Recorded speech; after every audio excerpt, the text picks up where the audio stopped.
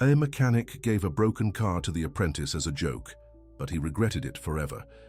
Frank Wilson felt his blood boil when he looked at that scrawny kid who showed up at the shop asking for a chance.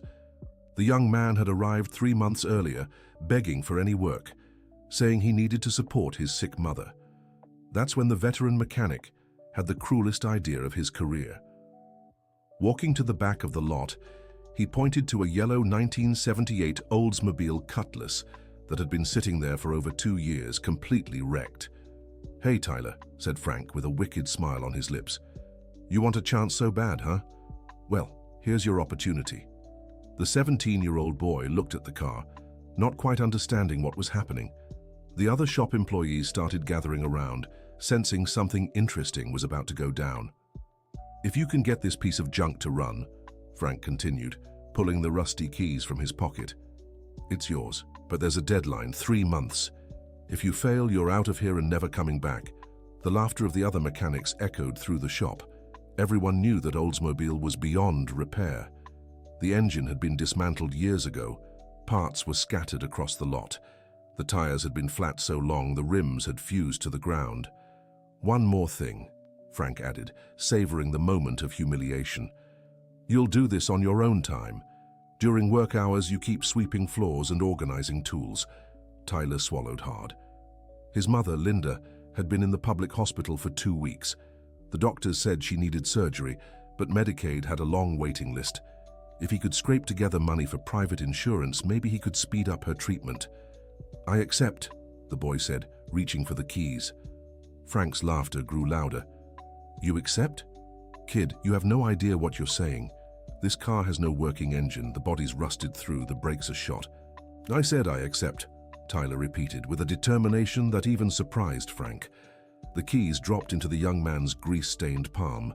At that moment, he had no idea he was holding far more than just pieces of metal. He was holding the key to a discovery that would change everyone's lives at the shop forever. Dear listener, if you're enjoying the story, take a moment to like and especially subscribe to the channel. It helps us newcomers a lot. Now, back to the story. In the days that followed, Tyler started arriving at the shop an hour before opening. While the others were still having coffee at home, he was already in the lot, studying every detail of the abandoned Oldsmobile.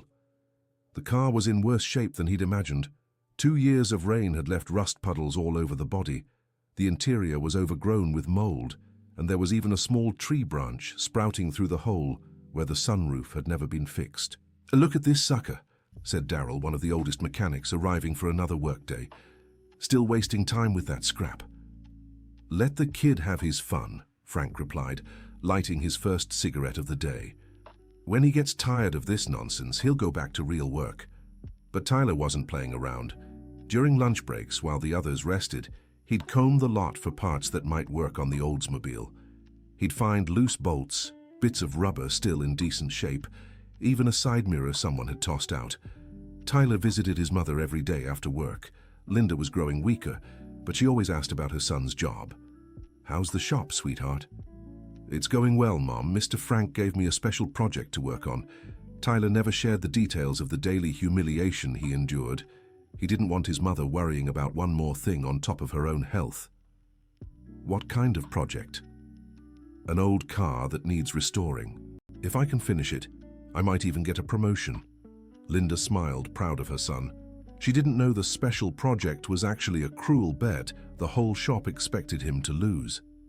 2 weeks after accepting the challenge, Tyler made his first big discovery. While digging through a pile of old magazines in the storage room, he found a 1978 Oldsmobile Cutlass technical manual. The pages were yellowed, some even torn, but most of the information was still readable. That night, instead of heading straight home, he stayed 2 extra hours at the shop studying every diagram in the manual. He discovered that the engine of that specific model had a quirk, a special valve few mechanics knew about. If it was working, it could compensate for some of the issues the engine surely had. "What are you still doing here?" a voice asked behind him. Tyler turned and saw Earl, the shop's oldest mechanic. At 68, Earl had worked there for over 40 years. He was respected by everyone, even Frank, who usually respected no one. Studying the manual, Mr. Earl, trying to understand how this engine works. The old mechanic stepped closer and looked at the open pages. Oldsmobile Cutlass 78. Haven't seen one of those running in a while. You ever worked on this model? Earl stayed silent for a few seconds, as if remembering something distant. Yeah. Matter of fact, that car out back. I knew the owner. Tyler looked up from the manual, intrigued. Knew him how? He was a customer here. Brought the car in for a simple repair and never came back to pick it up. That was about 5 years ago. Why didn't he return? Earl sighed deeply. The kid died in an accident, real young, early 20s. The family never came for the car because no one knew how to drive. The news hit Tyler harder than he expected. Suddenly, that abandoned car wasn't just a personal challenge anymore. It was the memory of someone else who'd been young, who'd had dreams too. What was he like? Hard-working, just like you. Always polite, always on time to pick up his car. I remember he'd just landed a new job and was real happy about it. Tyler glanced out the storage room window, seeing the yellow Oldsmobile Cutlass parked under the streetlight. For a moment, he pictured that young man driving the car, maybe heading to his new job, full of hope for the future. Mr. Earl, can I ask you something? Sure, kid. Do you think that car can be fixed? The old mechanic looked Tyler straight in the eye. Son, I've seen a lot in my time. I've seen cars that looked beyond saving come back to life, and I've seen brand new cars that never ran again. The difference isn't the car, it's the person willing to put in the work. Those words echoed in Tyler's head the whole way home. When he got to the small apartment he shared with his mother, he found an electricity bill on the table. The amount had gone up again, and what he earned at the shop barely covered their basic expenses. If he could actually get the Oldsmobile running, he could sell it and use the money for his mum's treatment. Well-kept old cars had decent market value, especially classics like that one. The next morning, Tyler arrived at the shop even earlier. This time, he brought an old toolbox he had bought from a junkyard near his home. They weren't the best tools in the world, but they were his. He started by disassembling what was left of the engine. Each part he removed, he cleaned carefully and placed neatly in separate boxes. Frank Wilson passed by now and then, always with some sarcastic remark. Still playing mechanic, kid? Just working, Mr. Wilson. Working, that's a waste of time. You should be learning something useful. But Tyler didn't let it get to him. With each passing day, he understood better how the engine worked. He discovered that many of the parts that seemed broken just needed a deeper cleaning. Others, which were truly damaged, he searched for replacements at local junkyards. The first month flew by. Tyler had managed to completely reorganize the engine and identify exactly which parts needed replacing. He made a detailed list and calculated how much it would cost to buy everything. The amount was high, more than he earned in 2 months of work. Then something unexpected happened. Arriving at the shop on Monday morning, Tyler found a cardboard box next to the Oldsmobile Cutlass. Inside were several engine parts, some still in sealed packaging. "Who left this here?" he asked Darryl. "No idea, kid. It was here when I arrived." Tyler checked the parts one by one. They were exactly what he needed for the Cutlass's engine. Some were even better than the originals, upgraded versions released years later. Frank Wilson showed up shortly after and saw Tyler organizing the new parts. "Where'd these parts come from? Someone left them here over the weekend." "Someone? Who?" "I don't know, Mr. Wilson, but they're exactly the parts I needed for the engine." The veteran mechanic eyed the parts suspiciously. They were expensive. Some cost hundreds of dollars each. Who would spend that much on parts for a car that wasn't even theirs? "Listen here, kid," Frank said, his tone serious. "I don't know what you're up to, but if I find out you stole these from somewhere—" "I didn't steal anything," Tyler replied honestly. "These were here when I arrived." Frank wasn't convinced, but he had no proof. All that day he watched Tyler work, looking for any sign the boy was lying. In truth, it was Earl who had left the parts there. Over the weekend, he'd gone to the shop just for that.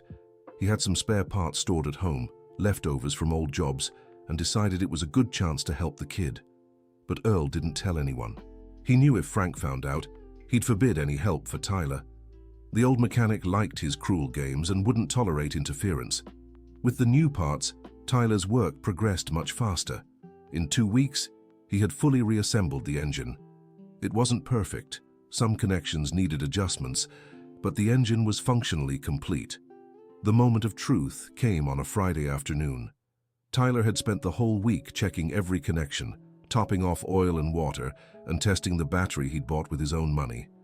A few workers gathered to watch. Even Frank paused to see the result. "Go ahead, kid," Darrell said. "But don't get your hopes up. An engine sitting for 5 years won't start on the first try." Tyler turned the key. The engine made a strange noise, coughed a few times but didn't start. He tried again. Same thing. "Told you," Frank said smugly. "Waste of time." But Tyler didn't give up. He popped the hood and checked the spark plugs. They were dirty, covered in a dark film. He cleaned them one by one, adjusted the electrode gaps and tried again. On the third attempt, the engine coughed, sputtered for a few seconds, and died. On the fourth try, it stayed running for nearly a minute before cutting out on its own. "It's getting better," said Earl, watching from a distance. "Still far from running right," Frank replied. But for Tyler, that minute of the engine running felt like a complete victory. It meant he was on the right track, that his work was paying off. That night, while visiting his mother in the hospital, he told her about the car's progress. "The engine's starting now, Mum. It's not perfect yet, but it's running." "I'm so proud of you, son. I always knew you were special." Linda looked visibly weaker. The doctors had said her surgery couldn't be delayed any longer, but the Medicaid waiting list still had over 2 months to go. The private insurance cost $3,000 a month, money they didn't have. "Mom, once I finish this car project, we'll get the money for your surgery. Don't worry about me, Tyler. I just want to see you grow up and have a good life." "You're going to be okay, Mom, I promise." It was a promise Tyler made to himself every day. He couldn't lose his mother. She was all he had in the world. The second month of the challenge began with an unpleasant surprise. Arriving at Second Chance Auto Shop on Monday, Tyler discovered someone had tampered with the Oldsmobile Cutlass over the weekend. Several engine connections had been undone, and some parts were missing. "Who messed with my car?" he asked, clearly irritated. "Your car," Frank scoffed. "That car isn't yours, kid, far from it." "But someone sabotaged the work I did." "Sabotaged? Or maybe you just don't know what you're doing." Tyler knew someone had deliberately messed with the car. Parts don't move on their own, and connections don't come undone without a reason. But he had no way to prove it. Dear listener, if you're enjoying the story, don't forget to like and subscribe to the channel. It really helps us newcomers out. Now, back to the story. He started over, redoing everything that had been undone. This time, he took care to photograph each step with his old phone, creating a visual record of the entire process. 2 weeks later, the sabotage happened again. But this time, Tyler was ready. Comparing the before and after photos, he pinpointed exactly which parts had been tampered with. "Mr. Wilson," he said, showing the photos on his phone, "someone's sabotaging my work on the weekends." Frank looked at the pictures like he didn't understand a thing. "I don't know what you're talking about, kid." "Look here." Tyler pointed to the details in the images. "This connection was like this on Friday, and on Monday it was like this. That doesn't happen on its own. Could have been anything. A cat messed with it, the wind. A cat that unplugs wires, wind that removes bolts." Frank was starting to get annoyed with the kid's persistence. "Listen here, boy. If you can't do the job right, that's not my fault. Nobody's sabotaging anything, you just don't know what you're doing." But Tyler was sure someone was deliberately interfering with his work, and he had a suspicion who it might be. That night, after redoing all the sabotaged work, he decided to find out the truth. He hid behind a stack of tires in the back of the lot and waited. It was almost 10 at night when he saw a figure approaching the Oldsmobile Cutlass with a flashlight. Even in the dark, he recognized Frank's silhouette. The veteran mechanic popped open the car's hood and began disconnecting the same wires Tyler had connected earlier that day. He worked with precision, knowing exactly what he was doing. Tyler watched for a few minutes, feeling a mix of anger and disappointment. All that extra work, all those wasted hours redoing what he'd already done. all because of Frank's unnecessary cruelty. When Frank finished the sabotage and left, Tyler stepped out of his hiding spot. He could have confronted the man right then, yelled, made a scene, but he did none of that. Instead, he returned to the car and started redoing the work all over again. He labored until nearly 2 in the morning, reconnecting every wire, repositioning every part. The next morning, he arrived at the shop at his usual time, acting as if nothing had happened. Frank glanced at the Oldsmobile Cutlass and was surprised to see everything working perfectly. "How'd you fix it all so fast?" "Experience," Tyler replied, offering no further details. From that day on, the sabotage continued, but Tyler was always prepared. Sometimes he hid in the shop, other times he came in the dead of night to redo the work. He never confronted Frank directly, just kept working. This attitude puzzled the older mechanic. He'd expected the kid to give up, to lose his temper, to make a fuss. But Tyler simply absorbed every act of sabotage and carried on as if nothing had happened. The 3rd month brought extra pressure. Tyler's mother had been hospitalized longer, and the doctors said her surgery couldn't be delayed any further. If he didn't get the money by month's end, it would be too late. Tyler doubled down on the Oldsmobile. He arrived at 5 in the morning and left at 11 at night. He worked weekends, holidays, every spare moment he had. The car was nearly finished, engine running, brakes adjusted, electrical system working. All that remained were a few finishing touches and a final safety check. Then something happened that completely changed the situation. One Thursday morning, a well-dressed man in his 50s showed up at the shop asking for Frank. He wore an expensive suit and drove a new Cadillac. "I'm Richard Morgan," he said, extending his hand to Frank, "Daniel Morgan's father." Frank didn't recognize the name at first. "Daniel Morgan? My son used to bring his car here for repairs, a yellow '78 Oldsmobile Cutlass. He passed away a few years ago and I never came to pick it up." The whole shop fell silent. Tyler, who'd been working on the car, stopped what he was doing and moved closer to listen. "Oh yes," Frank said, visibly nervous. "The yellow Oldsmobile, I remember your son. I'm here because I'm selling the house we lived in, and I found the car's paperwork. I was wondering if you still have it." Frank glanced toward the yard, where the Oldsmobile Tyler had spent 3 months restoring sat. "We do, but, well, it's been here a long time. Had some issues." Richard followed Frank's gaze and saw the Oldsmobile. To his surprise, the car was in much better shape than he'd expected. "Mind if I take a look?" They all walked over to the car. Richard opened the door and sat in the driver's seat, his eyes filled with tears. This was Daniel's first car. He saved for 2 years to buy it. Tyler's chest tightened. All those months, he'd worked on the car without really thinking about the story behind it. Now seeing the emotion in the original owner's father, everything felt different. "Do you want it back?" Tyler asked. Richard looked at the young man, taking in his grease-stained hands, his simple clothes, the sincerity in his eyes. "Were you the one who restored this car?" "Yes, sir. I've been working on it for 3 months." "You've done an excellent job. David would be very proud." Frank interrupted the conversation. "Mr. Richard, about the car. We have some parking and maintenance fees that have piled up over the years." "Of course, I imagine so. How much is it?" Frank did some quick calculations in his head. 10,000 reais. Tyler's eyes widened. 10,000 reais for parking. It was an absurd amount, clearly made up on the spot. Richard, however, didn't question it. "That's fine. I can pay right now." He took out his checkbook and began filling it out. Tyler realized he was witnessing a great injustice but didn't know how to intervene. "Mr. Richard," he said, gathering courage, "may I speak with you privately?" "Of course." The two stepped a few feet away from the others. "Sir, the amount Mr. Frank is charging, it's not fair. No one charges 10,000 reais for parking." Richard smiled. "I know, son, but I don't mind paying. To me, having my son's car back is priceless. But you're being taken advantage of." "And why are you telling me this?" Tyler hesitated for a few seconds. Because it's the right thing to do. It's what I'd do if it were my dad." Richard studied the young man's face for a moment. What's your name? Tyler. Tyler, may I ask you something? Why did you restore this car? It's a long story. I have time. Tyler told the whole story. Frank's cruel challenge, the sabotage, the sleepless nights working, his sick mother who needed urgent surgery. Richard listened quietly, nodding occasionally.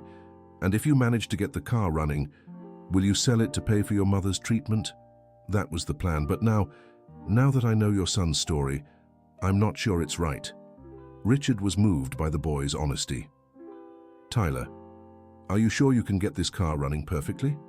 Yes, sir, just a few final adjustments left. Then I have a proposal for you. They returned to the others, and Richard addressed Frank. Mr. Frank, I've changed my mind. I'm not taking the car. What do you mean? This young man here has put a lot of work into this car. If he can get it running perfectly, the car is his. Frank turned red with anger. But Mr. Richard, the car is yours. The paperwork. And I'm giving it up. Consider it payment for the work Tyler has done. This can't be. The boy hasn't even met the challenge deadline. What challenge? Richard asked. Frank realized he'd said too much. It's an internal shop matter. Richard understood something strange was going on. Tyler, show me how the car's doing. Tyler started the engine. The Oldsmobile Cutlass purred smoothly with no odd noises. They tested the brakes, lights, and steering. Everything worked perfectly. Excellent work, said Richard. This car is in better shape than when my son first brought it here. He took out his checkbook again. Tyler, how much do you need for your mother's treatment? Mr. Richard, you don't have to. I'm not giving charity. I'm paying for the work. How much do you need? 3,000 reais for Medicaid, plus about 2,000 for medication. Richard wrote a check for 5,000 reais. Take it, and I want updates on how your mother is doing. Tyler looked at the check, unable to believe what was happening. I can't accept this. Yes, you can. My son would be your age today. If he were alive and needed help, I'd want someone to help him the same way. But what about the car? The car is yours. You brought it back to life. You deserve to keep it. Frank watched everything with a mix of anger and disbelief. His plan to humiliate the boy had backfired completely. Tyler hadn't just managed to restore the car, he'd been rewarded for it too. This isn't right, Frank muttered. The kid hasn't even completed 3 months yet. How many days are left? Richard asked. 5 days, Tyler replied. Then it's settled. In 5 days I'll come back to see the car running perfectly. If everything checks out, we'll sign the paperwork for the transfer. Richard said goodbye to everyone and left, leaving the auto shop in silence. Frank was furious, but he couldn't take his anger out on Tyler in front of the other employees. He just grumbled a few words and went back to work. Tyler looked at the check in his hands. $5,000. It was more money than he'd ever seen in his entire life. He rushed to the hospital to tell his mother. Mom, we did it. We got the money for your surgery. Linda didn't quite understand what was happening. What do you mean, son? Tyler told her the whole story about meeting Richard, leaving out only the hardest details about Frank's cruelty. Are you sure this money is honest? Absolutely sure, Mom. I worked 3 months for it. Linda hugged her son, crying with emotion. I always knew you were special, Tyler. I always knew. The remaining 5 days flew by. Tyler took the time to make the final adjustments to the Oldsmobile Cutlass.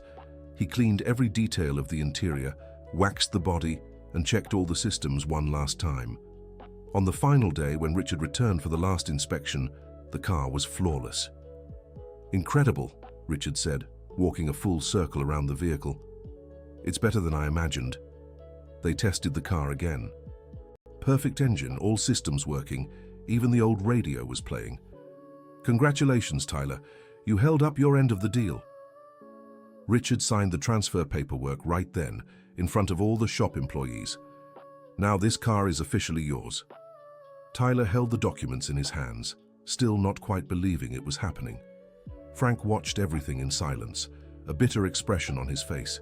His plan had completely failed. Dear listener, if you're enjoying the story, don't forget to like and especially subscribe to the channel. It really helps us who are just starting out. Now, continuing. In the days that followed, Tyler's life changed completely. With Medicaid, his mother was able to schedule her surgery for the following week. The doctors were optimistic about the outcome. At the shop, the dynamic had shifted too. The other employees began treating Tyler with more respect. Daryl, who used to mock the boy, now asked for his opinion on tough repairs. "Tyler, come here," Daryl said one morning. "I've got a problem with this engine. Could you take a look?" It was the first time anyone had asked for Tyler's technical opinion. He examined the engine and quickly identified the issue. "It's the head gasket. Oil's leaking into the combustion chamber." "How do you know?" "By the color of the exhaust smoke and the sound the engine's making." Daryl followed Tyler's suggestion and found he was right. The gasket really was damaged. "How did you learn to diagnose so fast?" "By studying and paying attention to what happens when I work on each part."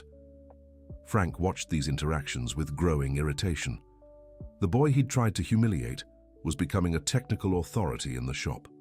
2 weeks later, something happened that made Frank even angrier. The shop owner, Anthony, called Tyler for a private talk. "Tyler, I've been keeping an eye on your work here.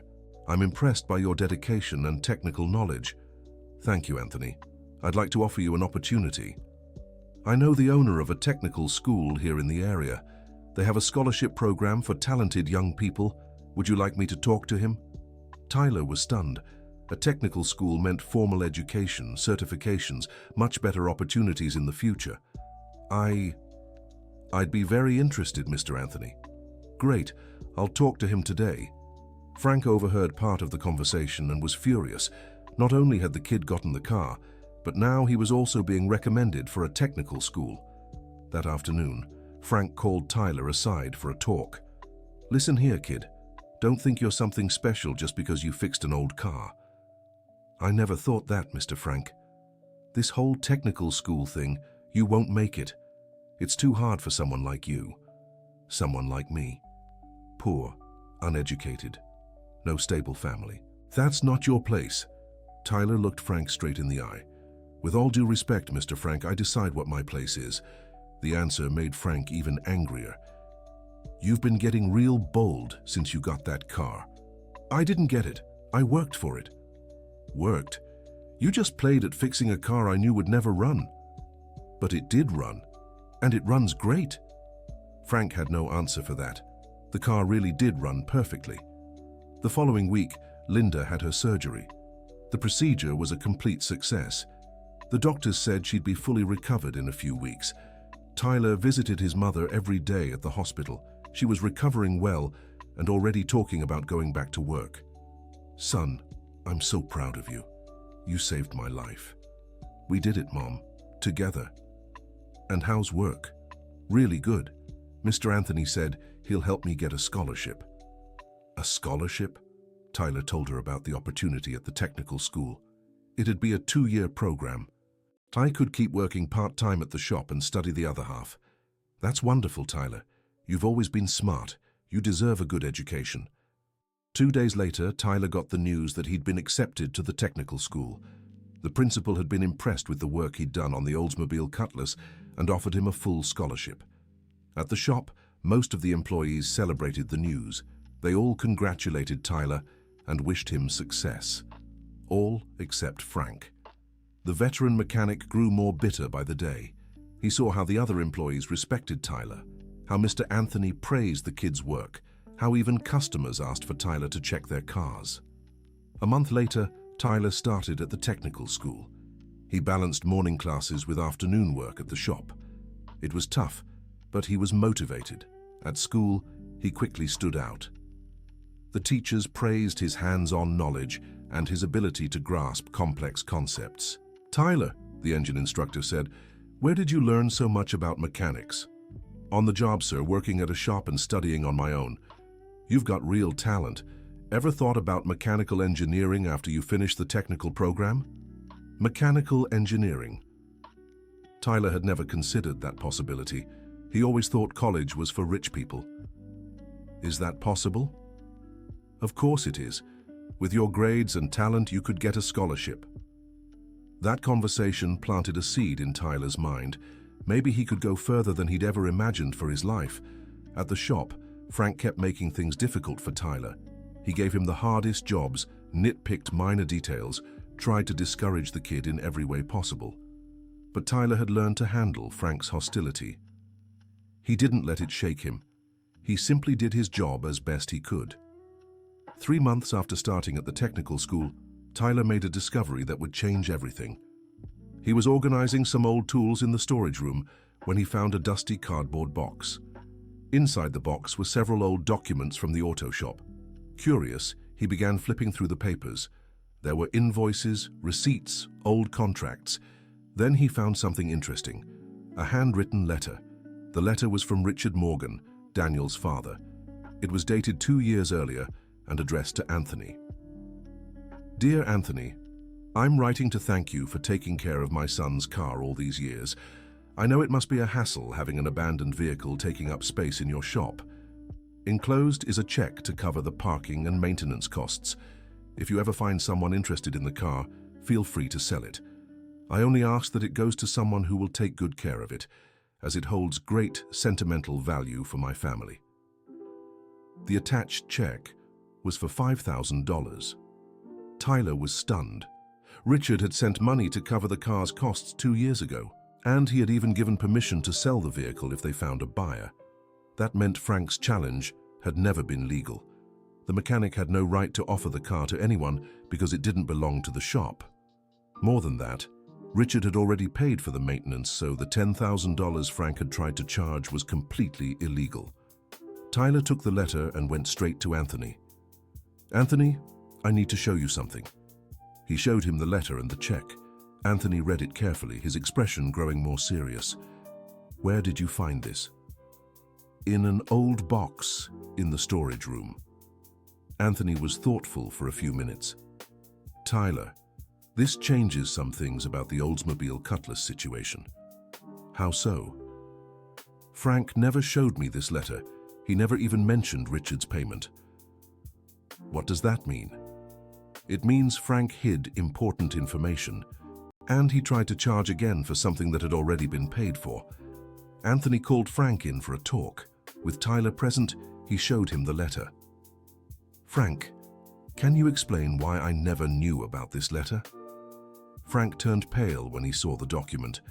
I forgot to give it to you. It was mixed in with other papers. Forgot? For 2 years. It was an accident, Anthony. And can you explain why you tried to charge Richard $10,000 when he'd already paid $5,000 years ago? Frank had no answer for that. Frank, Anthony continued, you're being demoted to a regular employee. No more supervisory responsibilities. But Anthony, the decision is final. You abused the trust I placed in you. Frank left the room completely humiliated. For the first time in 20 years, he was no longer in charge of anything at the shop. Tyler took no pleasure in Frank's humiliation. In fact, he felt a little bad for being the one to expose him. 2 days later, Frank approached Tyler for a talk. Kid, because of that letter, I lost my position at the shop. I'm sorry, Frank. I didn't mean to hurt anyone. You didn't mean to? You turned me into the boss. I just showed what I found. It was the right thing to do. Frank was silent for a few seconds. You know I sabotaged your work, right? Tyler was surprised by the direct confession. I knew. And you still didn't report me? No. Why? Because it wouldn't have changed anything. I would have finished the job either way. Frank looked at the boy with a strange expression, as if seeing him for the first time. How old are you again? 17. 17 years old and already has more character than I do at 45. It was the first time Frank had shown any kind of vulnerability or self-awareness. Mr. Wilson, can I ask you something? Go ahead. Why have you always treated me badly? I never did anything to you. Frank let out a deep sigh. Because you reminded me of myself when I was young. I was dedicated too, dreamed of being a great mechanic, but I never had the opportunities you're getting. What opportunities? Technical school, a boss who believes in you, people who support you. When I was young, no one cared about me. Tyler realized Frank's cruelty came from a place of personal pain and frustration. Mr. Wilson, It's not too late for you to change your life too. Yes, it is, kid. At 45, demoted at work, no education, it's too late. You're a really good mechanic. I've learned a lot watching you work.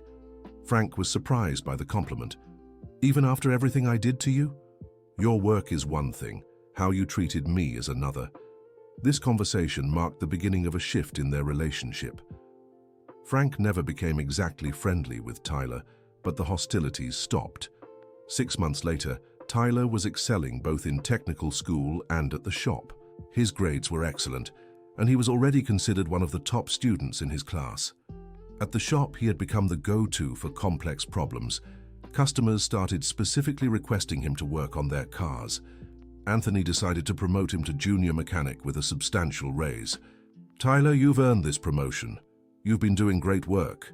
Thank you, Mr. Anthony. But can I ask for something? Of course. I'd like Frank to have supervisory responsibilities again.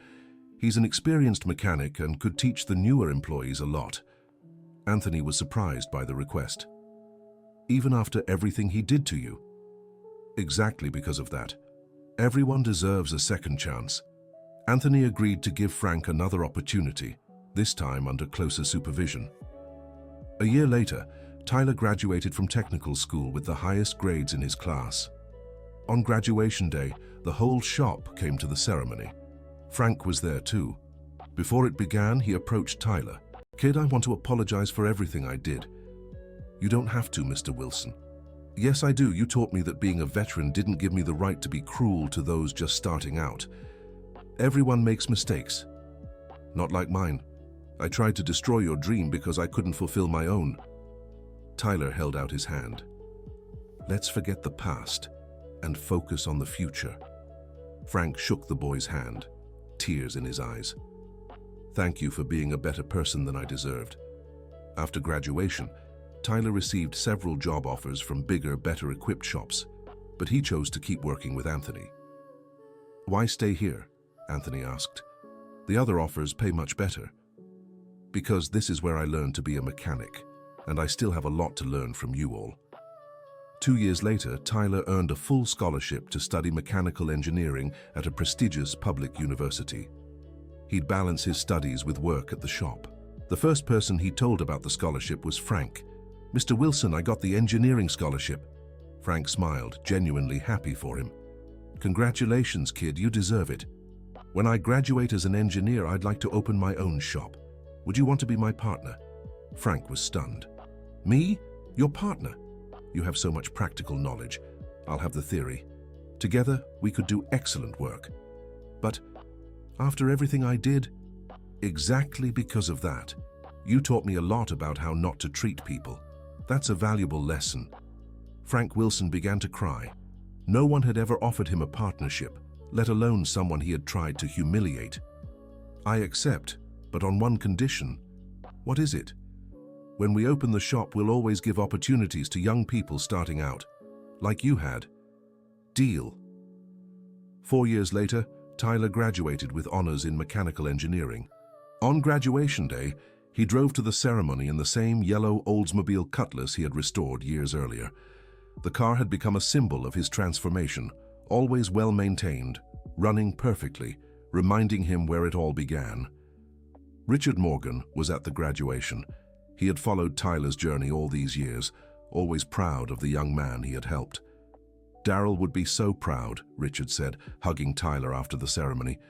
His son gave his car a second life, and the car gave you a new life. 6 months later, Tyler and Frank opened their shop. They named it Second Chance Auto Shop, a nod to the second chances they'd both been given. The shop quickly earned a reputation for quality work and respectful treatment of employees. They always had openings for young apprentices, and Frank became a patient, dedicated mentor.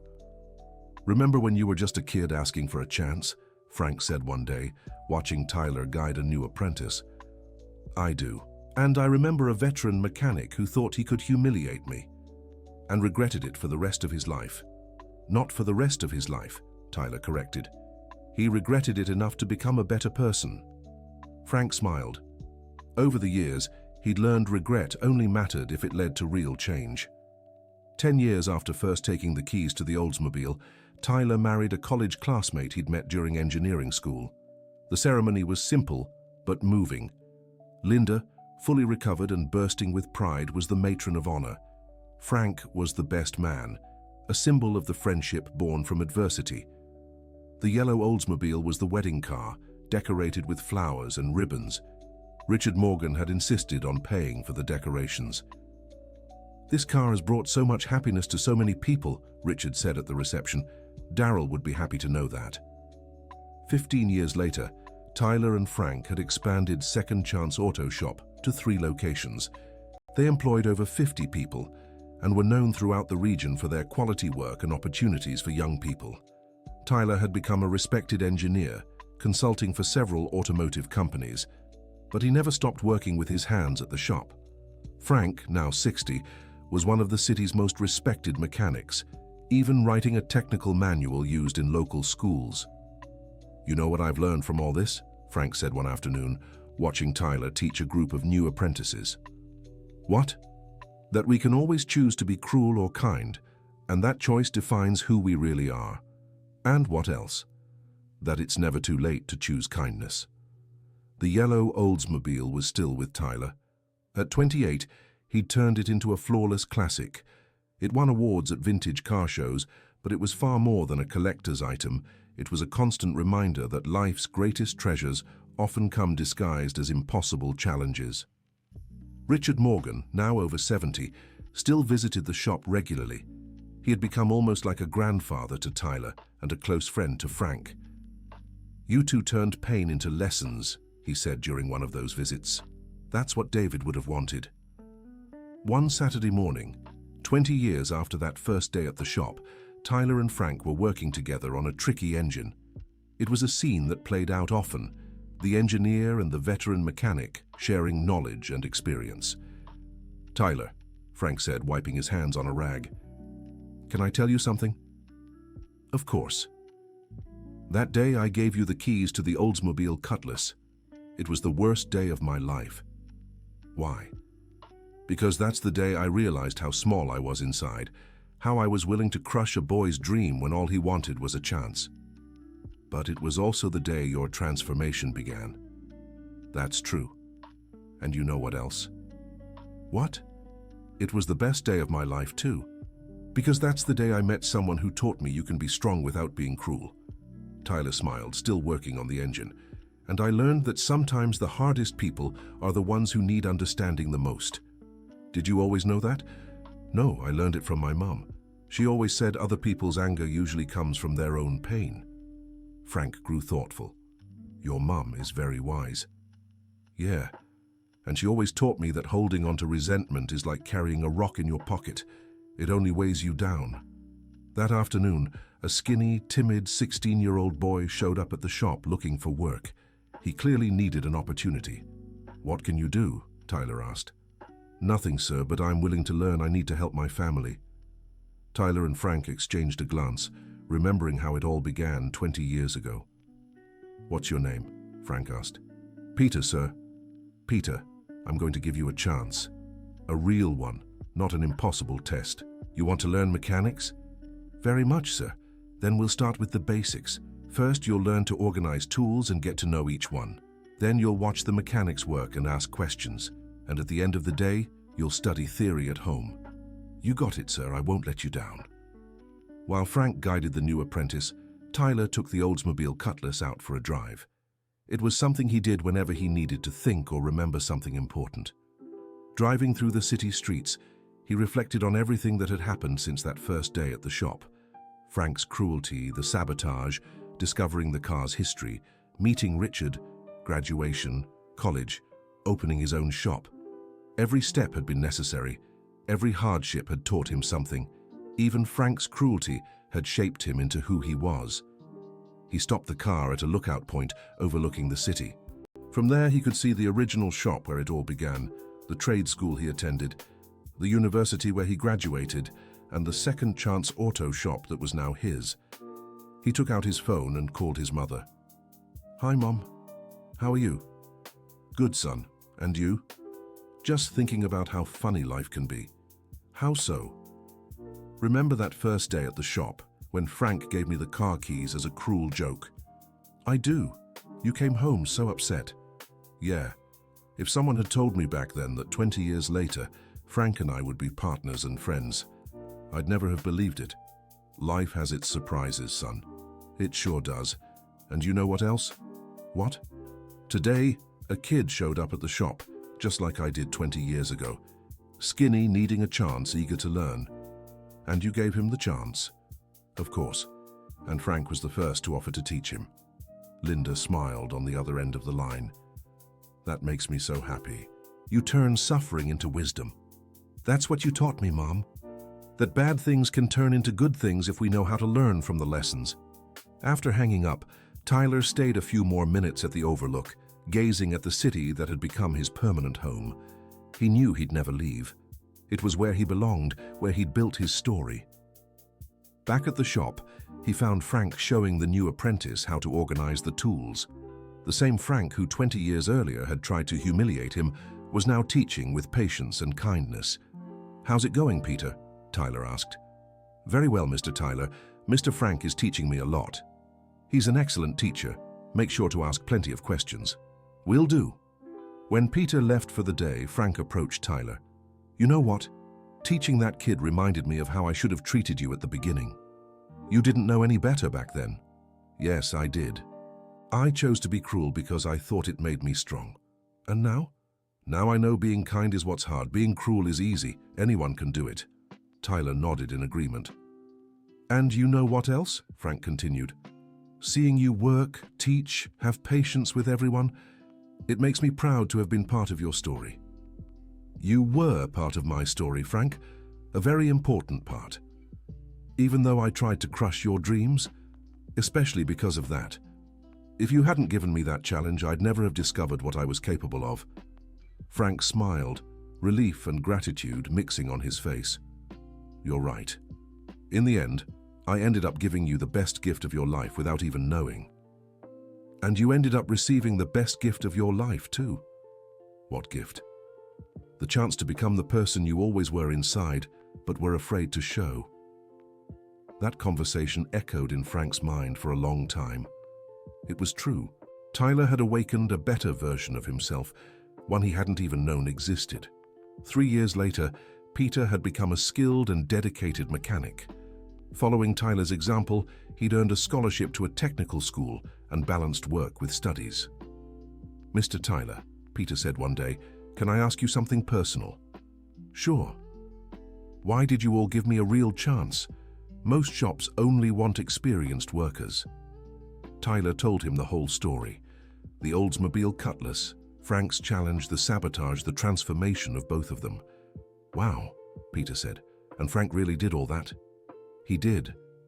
But people can change, Peter. Never forget that. And if I'd come here back then, when he was still cruel, you probably would have gone through the same hardships I did, but you'd have learned the same lessons too." Peter grew thoughtful. "So, even bad things can be good?" "They can. It depends on what we do with them." That philosophy had become the foundation of Second Chance Auto Shop. Every employee knew it was a place for second chances, for learning through hardship, for personal transformation. Many young people who passed through the shop completely changed their lives. Some became skilled mechanics, others earned scholarships, and some even started their own businesses. But they all carried the same lesson: that adversity can become opportunity, cruelty can become learning, and failure can become growth. One Friday afternoon, 5 years after Peter arrived, Tyler was sorting through old papers when he found the original keys to the Oldsmobile Cutlass, the same keys Frank had tossed into his hand 25 years earlier. He called Frank over to see. "Look what I found."